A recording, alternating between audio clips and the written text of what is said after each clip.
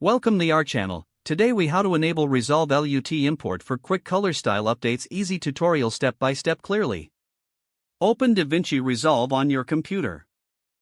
Navigate to the project settings by clicking the gear icon in the lower right corner of the interface. In the project settings menu, look for the color management section on the left side. Locate the option labeled Color Science. Change the setting to DaVinci Color Managed if it is not already selected. Next, find the Input Lookup Tables option within the same section. Enable the Use Lookup Tables option by checking the box next to it. Now, navigate to the LUTs panel within the Color workspace. Click on the three-dot menu icon in the top right corner of the LUT panel. Select Open LUT folder from the drop-down menu. This action will open the LUTs file directory on your computer. You can now place your LUT files into this folder. After adding your LUTs, return to DaVinci Resolve.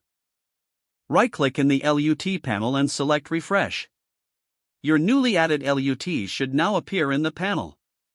To apply a LUT, simply drag and drop it onto your desired clip in the timeline. You can further adjust the strength of the LUT using the key output controls if needed. With these steps, you've enabled LUT import for quick color style updates in DaVinci Resolve. If the page does not load, refresh the browser or try again in a private or incognito window. Make sure you are using the correct email address, then retype it carefully to avoid small typos. If your password is not accepted, use the reset option and create a new strong password you can remember. Check your spam folder for verification or security emails, then complete any requested confirmation steps. Enable two-factor authentication if available to improve account security and reduce unauthorized access risk. After signing in, review your profile details so your contact information and settings are accurate and current. If you see an error message, note it down and try again after restarting your device and internet connection. Log out when you finish, especially on shared devices, to keep your account and payment information secure.